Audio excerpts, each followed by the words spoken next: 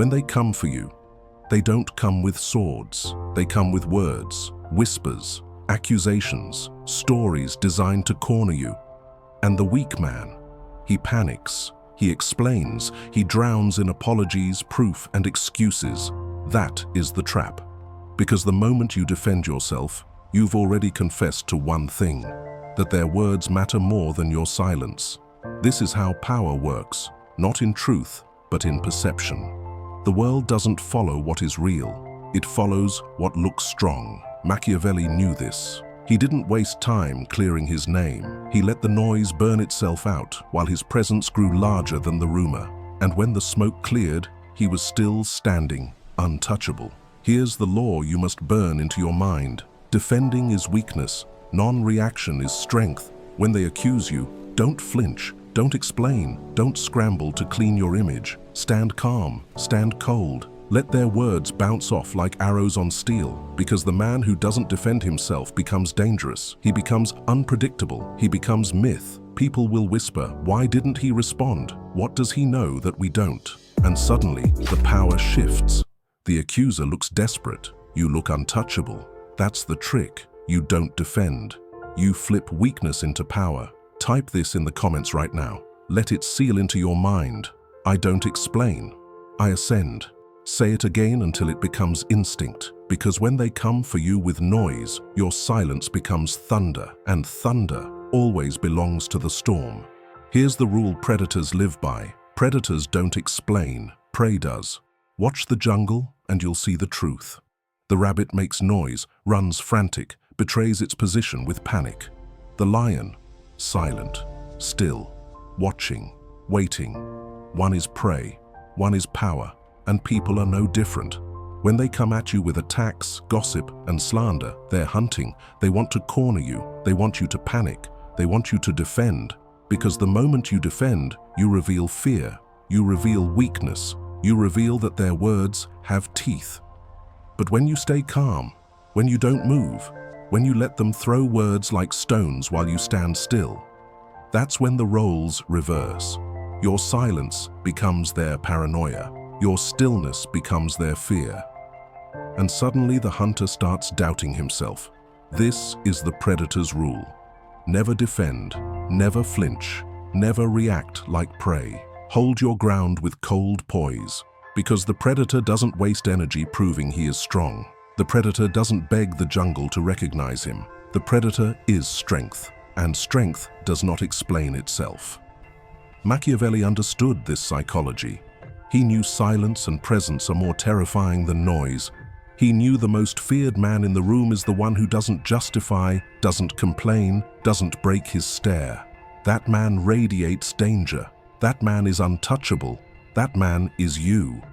So here's the phrase to carve into your mind, and type it in the comments right now.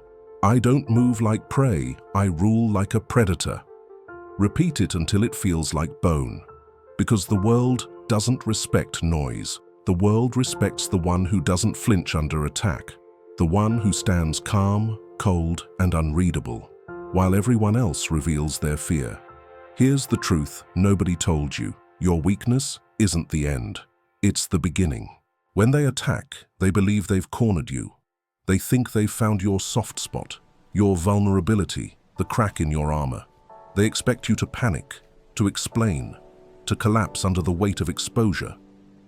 But what if you didn't? What if instead of defending, you flipped it? That's Machiavelli's hidden trick. Turn every attack into leverage. Turn every accusation into evidence of your rise. Think about it. If people are whispering about you, if they're accusing you, if they're spending time dragging your name through the mud, it means you've already become a threat. Nobody throws stones at ghosts.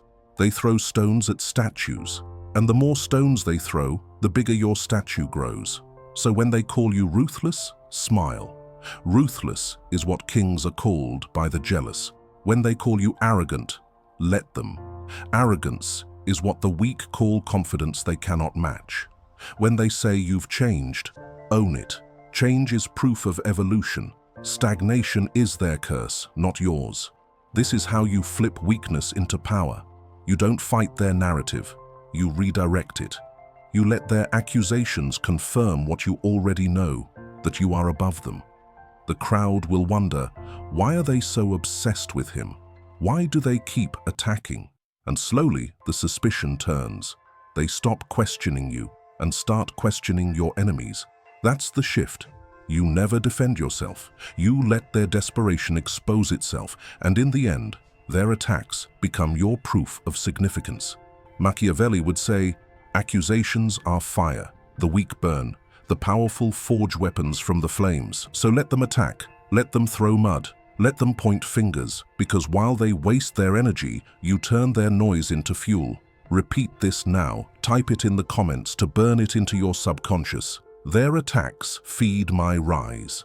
Say it cold, say it until you feel it, because weakness doesn't destroy you, it crowns you. And every accusation, every insult, every attempt to drag you down is just another sign that you are rising. Here's a lesson most people never learn until it's too late. Truth doesn't matter. Perception does. The weak cling to truth like a shield, thinking it will protect them. They gather facts, receipts, proofs, hoping the world will see justice. But the world doesn't care about justice. The world cares about appearances. A lie told with confidence will always outweigh a truth spoken in defense. Why? Because confidence shapes perception, and perception shapes reality. Machiavelli wrote that rulers don't need to be good. They only need to appear good. Virtue is not about substance, it's about presentation. And once you understand that, you stop wasting time defending yourself with truth and start controlling how you are seen. Ask yourself this: when a man is accused, do people remember the truth or do they remember the image? The courtroom of public opinion doesn't operate on evidence, it operates on spectacle. And the one who frames the perception wins. That's why defense is suicide, because defense puts you in the weaker role, the one begging to be seen clearly, the one hoping truth will save them.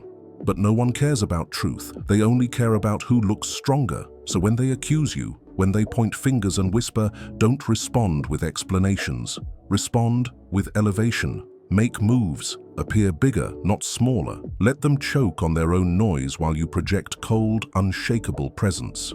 Perception is the battlefield. Truth is irrelevant. And those who cling to truth while ignoring perception are always crushed. You must become the architect of how others see you. Every silence, every move, every look. These are tools to shape perception. You don't need to be innocent. You only need to look untouchable. This is the Machiavellian edge, the understanding that appearances rule the world, that truth is clay, and perception is the sculptor. So stop defending your truth. Start designing your image. And when the crowd sees you stand calm, when they see you rise higher instead of shrinking lower, they will forget the accusations and remember only one thing: your strength. Now lock this into your mind and type it into the comments. Perception is my power. Truth bends to me. Say it slow, cold, like a law. Because once you accept this, you stop chasing truth like a slave, and you start ruling perception like a king. The greatest warriors don't always win with their swords. Sometimes they win with their silence. And the greatest predators, they don't roar, they watch, they wait. They let fear do the killing for them. This is the art of non-reaction, one of the deadliest Machiavellian tricks you'll ever master. Most people cannot do it. They hear an insult and they flinch. They read a rumor and they respond. They feel provoked and they explode. And with every twitch, every outburst, every attempt to set the record straight, they reveal their weakness. They prove they can be baited. They prove they can be controlled. But the man who masters non-reaction, he becomes untouchable. Imagine this. They accuse you of betrayal. They shout your name in anger. They spread lies about you in public. And you don't reply. You don't explain. You don't so much as blink. What happens? Their noise begins to echo against the walls of their own insecurity. Their attacks feel hollow without your energy to feed them. And soon, people start asking, why isn't he defending himself? Why doesn't he care? What does he know that we don't? That's the shift. Your silence turns into a mirror that reflects their desperation, and in that reflection, they crumble. Non-reaction is not weakness, it is dominance in its purest form, because silence does three things. It starves your enemies. Every provocation they throw at you is bait. If you react, you feed them. If you stay still, you suffocate them. It unsettles the crowd. People expect noise. They expect drama. They expect conflict. When you stay calm, the void terrifies them more than any defense ever could. It elevates your image. The one who reacts looks smaller. The one who doesn't looks above it all. Think of it like this. A king doesn't argue with peasants. A lion doesn't debate with hyenas. The throne and the crown speak louder than words ever will. Machiavelli understood this principle. He wrote that rulers must learn when to act and when to appear unbothered, because sometimes the greatest show of strength is indifference. But here's the catch. Mastering non-reaction isn't easy. It feels unnatural. The ego screams for defense. The pride begs for retaliation. Your emotions want to fight, to prove, to lash out. That's why most people fail. They can't hold the silence. They break, and in breaking, they reveal their weakness. But not you. If you want to be untouchable, if you want to play at the level of kings and predators, you must learn to love silence more than noise. You must train yourself to see provocation as a test, and every time you don't react, you pass. Because here's the truth. In power dynamics, the first to react is the first to lose. So the next time they come for you, remember this. Don't clap back. Don't justify. Don't move. Let them drown in their own words. And you stay still. You stay silent. You stay untouchable. Right now, carve this into your mind and type it in the comments. My silence is my power. My calm is my weapon. Say it until you believe it. Say it until it burns inside you. Say it until silence feels louder than any defense ever could. Because once you master non-reaction, you will no longer be at the mercy of the world. You will no longer be a puppet for your enemies. You will no longer be dragged into games that don't deserve your presence. You will be above it, cold, still, dangerous, the one they can't provoke, the one they can't predict, the one they can't touch. And that is the essence of power. The greatest weapon in power isn't the sword. It isn't the army. It isn't even wealth. It's mystery. Understand this. What people can predict, they can control. What they can see, they can attack. What they can define, they can destroy. But what they cannot read, what they cannot explain, what they cannot reach, they fear, they obsess, they respect. That is why the man of mystery is untouchable. Think about the people who hold your attention the longest. They're not the loud ones, shouting every detail of their life. They're not the predictable ones, always explaining, always showing their cards.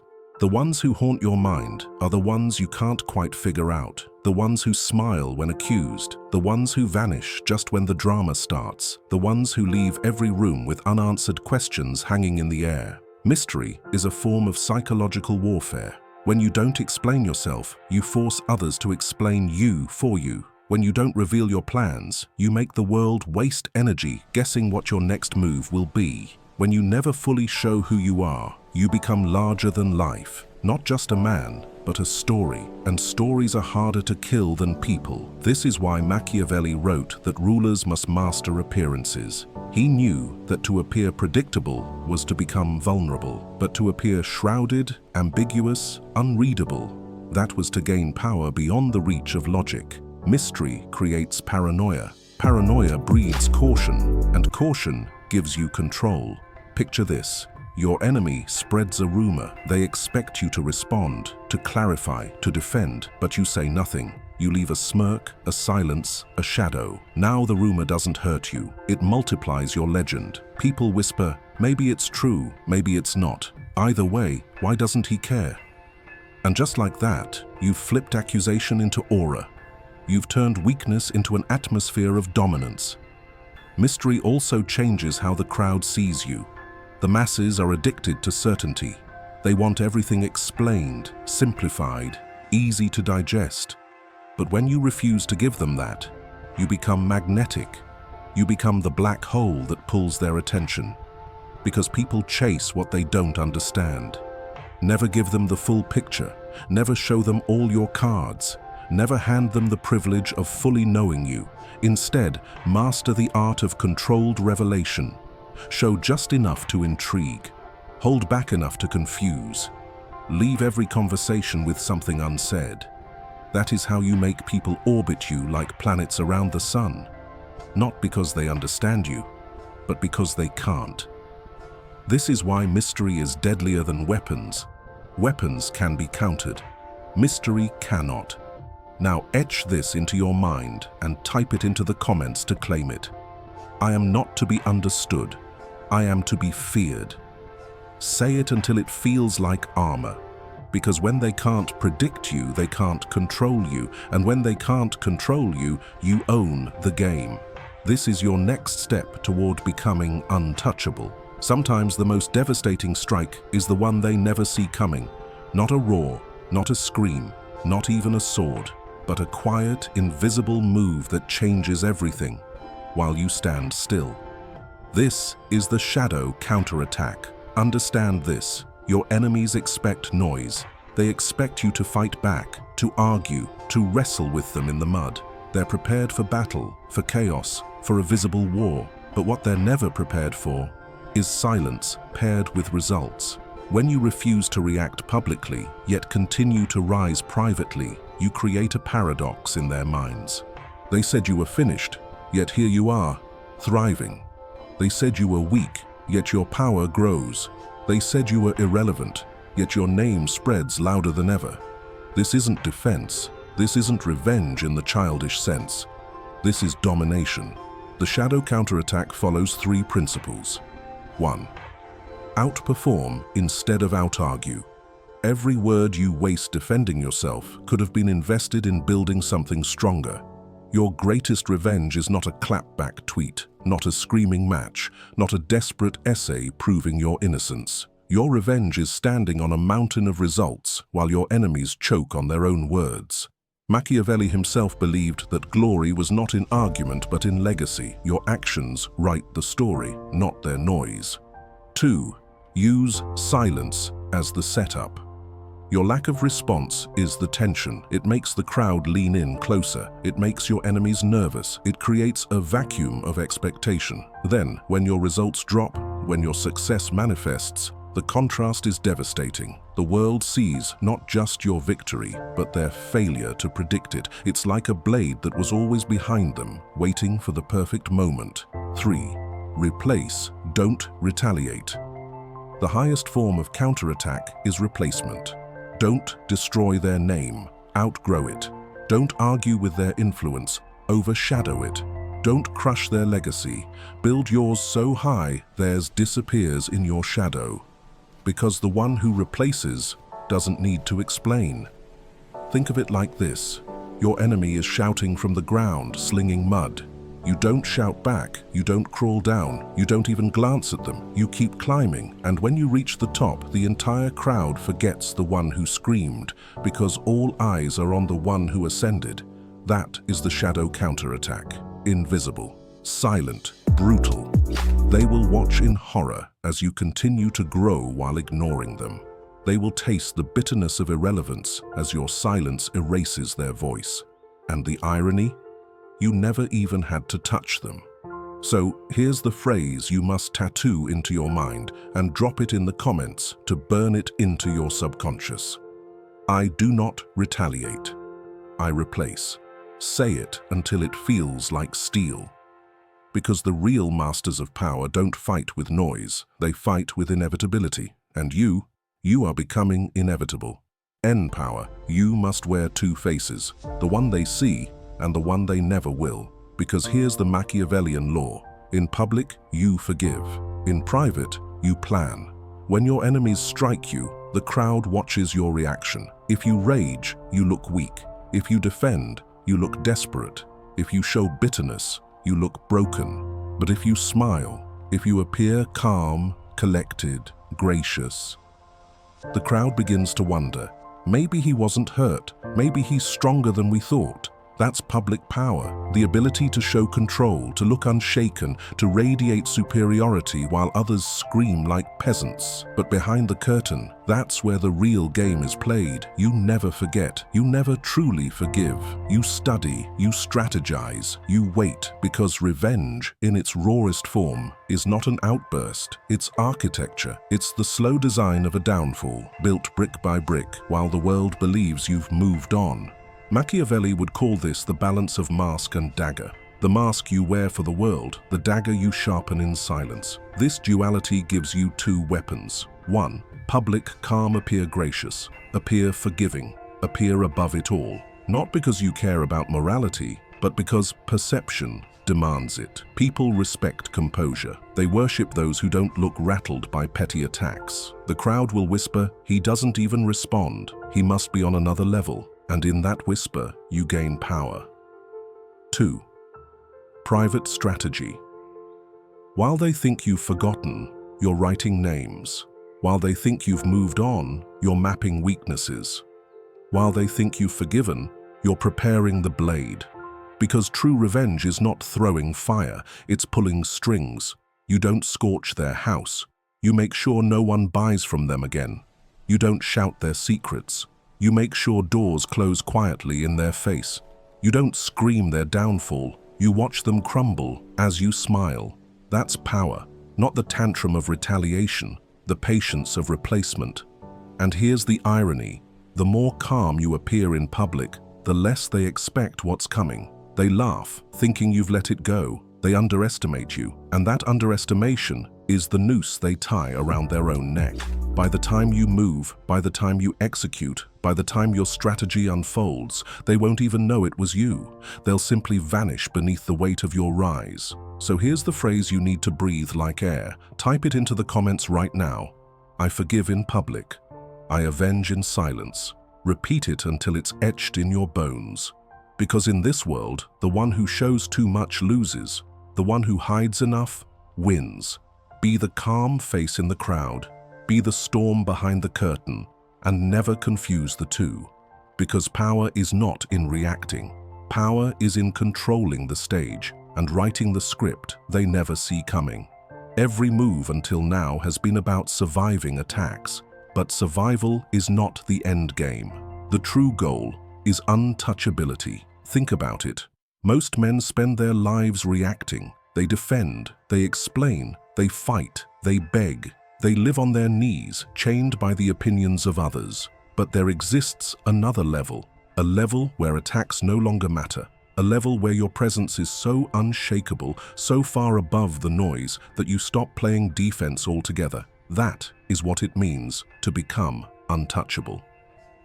First, stop playing their game. When you are untouchable, you no longer respond to lies, rumors, accusations. They become background noise, like dogs barking at thunder. The storm doesn't turn around to explain itself. It simply moves forward, destroying or nourishing whatever lies in its path. This is the first law of untouchability. You do not descend. When peasants throw stones, the king doesn't step off the throne to wrestle in the mud. He stays seated. He lets the crown speak for him. 2. Build presence greater than attack. Weak men crumble because their identity is fragile. A single rumor can break them. A single insult can reduce them to begging. But when you cultivate yourself into something larger, when your skills, your results, your aura tower above the whispers, attacks lose their force. They bounce off because you are too big to be moved by small hands. This is why Machiavelli said appearances matter more than truth. If you appear untouchable, you are untouchable. And once perception solidifies, no amount of noise can erase it. Third, transform attacks into elevation. When you are untouchable, every attack becomes confirmation of your rise. If they accuse you, it's because you matter. If they lie about you, it's because they fear you. The crowd begins to see a pattern. Why is everyone obsessed with him? Why do they keep trying to bring him down? And just like that, the narrative shifts. Your enemies make you famous. Their hate fuels your myth. 4. Become a myth, not a man. The untouchable man stops being just flesh and blood. He becomes a symbol, a story, a force. You're no longer John or Ali or David. You're the one who never breaks, the one who never explains, the one who moves forward regardless of storm, slander, or sabotage. Enemies can attack men, but myths outlive them. To become untouchable is to transcend, to rise above the battlefield, watching calmly as others fight in the mud, to know that no matter what is said, whispered or screamed, you cannot be shaken. This is the pinnacle of power. Not because you won, not because you fought, but because you no longer need to.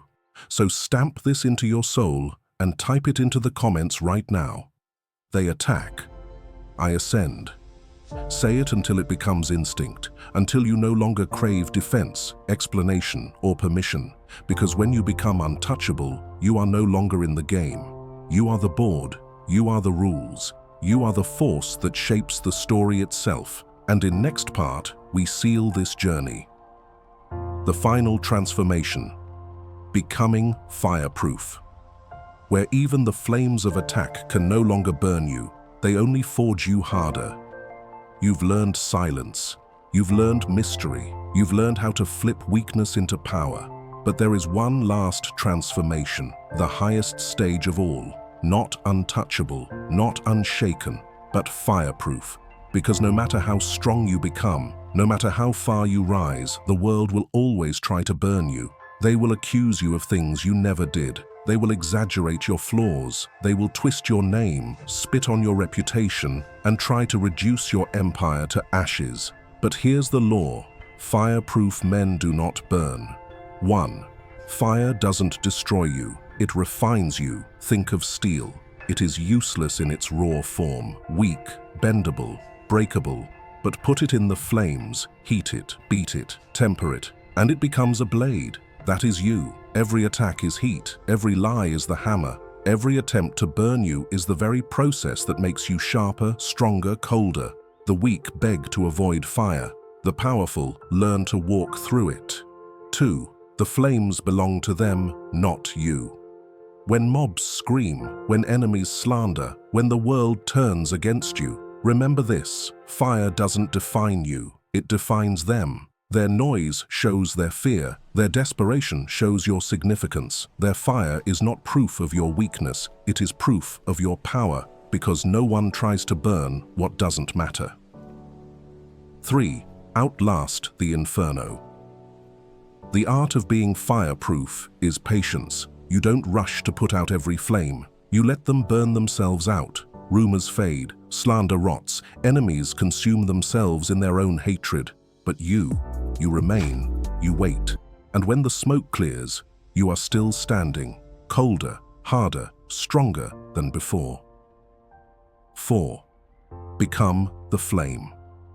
There is one final step beyond surviving fire: becoming it. When you are fireproof, you no longer just endure flames, you wield them. Your silence becomes heat. Your mystery becomes smoke. Your presence becomes the blaze no one can extinguish. Enemies try to burn you, only to be burned themselves. Enemies try to destroy you, only to destroy themselves in the process. You don't fear fire. You are fire. This is what Machiavelli meant when he taught that rulers cannot cling to virtue, but must embrace necessity. Virtue is fragile, necessity is fireproof. And you are no longer a man defending himself. You are a storm. You are an inferno. You are beyond reach. So here is your final law. Stamp it in the comments. Say it until it echoes in your bones. I don't defend. I dominate. Say it once for today. Say it again for tomorrow. Say it until it becomes your nature. Because this is the final transformation. You are no longer prey, no longer man, no longer victim of perception. You are fireproof. You cannot be destroyed. You do not explain. You do not bend. You do not burn. You rise in silence. You rule through perception. You ascend through attacks.